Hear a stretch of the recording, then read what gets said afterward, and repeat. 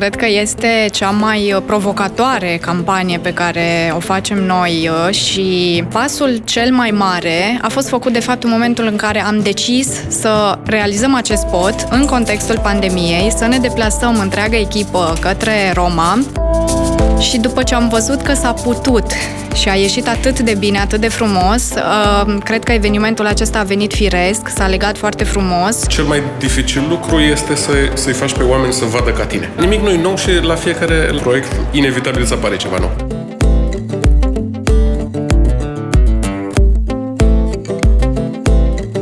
Deci asta e camera de prim plan.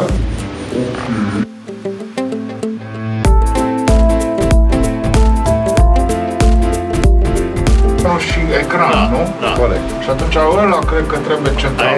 Deci ăsta e ecranul, da? Ăsta e ecranul. E bine, punct de aur, punct de aur, punct de aur, punct de aur. Corect.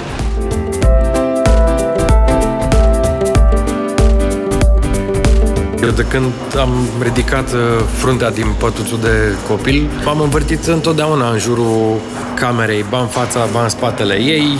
E un drum lung și frumos pe care l-am parcurs de colo-colo și uite, astăzi, partea elaltă a tehnologiei, ne înghesuim într-un cub verde pe care toată lumea din partea cealaltă a ecranului vede ca fiind un decor incredibil și fantastic și saltul tehnologic e uriaș. În momentul de față mi se pare că doar imaginația e o barieră. Oriunde îți vine ideea, tehnologia asta poate să facă. 4, 3, 2,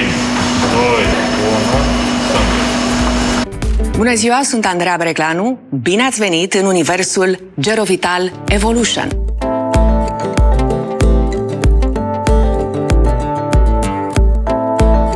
Bună, Andreea! Bine ai revenit în universul Gerovital Evolution. Mulțumesc, bine v-am găsit, v-am regăsit, pentru că voi echipa de la Gerovital m-am văzut acum câteva luni. Uite că tehnologia nu doar că ne-a ajutat să scurtăm distanța dintre noi, dar ne-a și transpus în lumea creată pentru spotul pe care l-ai filmat pentru Gerovital Evolution. Pentru mine a fost, într-adevăr, o premieră, o experiență extraordinară. Îi mulțumesc lui Catrinel și dumneavoastră, jurnaliști români și străini, italieni. O zi frumoasă tuturor în continuare. Toate cele bune! 3, 2, 1, out!